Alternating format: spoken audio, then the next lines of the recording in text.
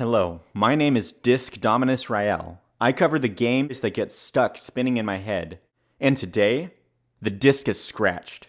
Because apparently Judas, the spiritual successor to BioShock, might not release until somewhere between 2027 and 2029. Which is insane, because they showed this game off 2.5 years ago like it was already crawling out of the lighthouse. They dropped the trailer, they opened wishlist, they did interviews, they showed gameplay, IGN had previews of it. People played hours of it. Jeff Keighley played like 4 hours of the game. They literally opened the wish lists in 2022. That's how long this has been going on. Ken Levine was talking about narrative Legos, player choice, dynamic relationships, characters who remember what you did, and systems that could apparently change who becomes your enemy. So naturally, like an idiot, I thought, oh, this game must be coming out soon. Apparently not. Apparently the real immersive sim was me simulating hope. And look, I understand games are hard to make. I understand ambitious games take time. I do not want Judas rushed out broken, hollow, unfinished, or buried under a day one apology letter.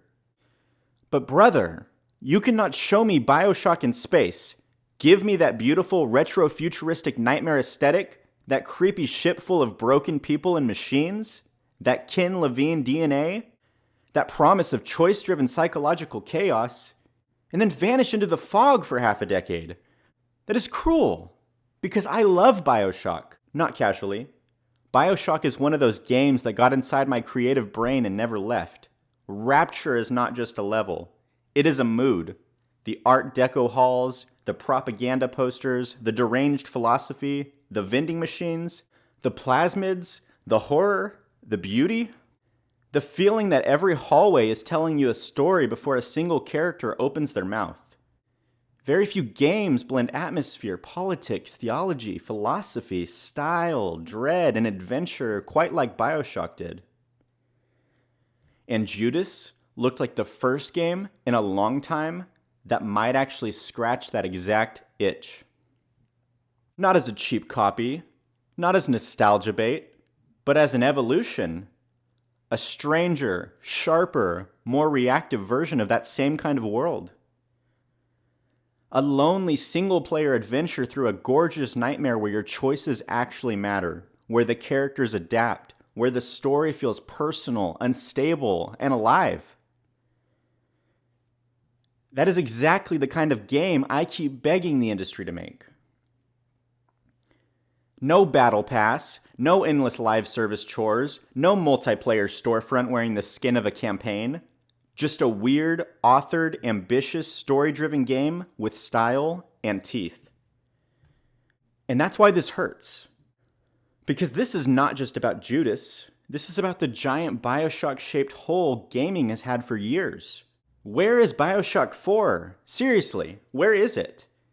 That game has been trapped in development hell so long it feels like an urban legend told by GameStop employees around a dying pre-order printer. Every few years we hear something vague. A new studio, a new rumor, a reboot, a leadership shakeup, a whisper from the lighthouse. And then nothing. So for years I've been thinking, okay, maybe official BioShock is lost at sea. But Judas is coming. Ken Levine is back. This spiritual successor will carry the torch forward. And now Judas might also be drifting into the abyss. Fantastic. BioShock 4 is missing. Judas is delayed. And I'm standing here like a starving man outside a locked seafood restaurant whispering, would you kindly release literally anything? Again, I want the game to be good. If the choice is between waiting and getting another broken disappointment, then fine. Take the time. Let him cook. But do not market the meal like dinner is ready and then tell me the chef is still inventing fire. That is the part that drives me insane. Early game reveals are becoming emotional loans. Studios borrow our hype years in advance. They get the trailers, they get the wish lists, they get the interviews, they get the most anticipated games list. And then the audience waits so long that excitement turns into anxiety. Anxiety turns into suspicion, And suspicion turns into disappointment. I do not want to be cynical about Judas.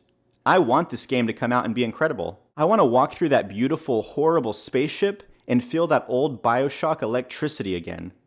I want to meet strange people, make terrible choices, betray someone, regret everything, and stare at a vending machine like it contains the secrets of the soul.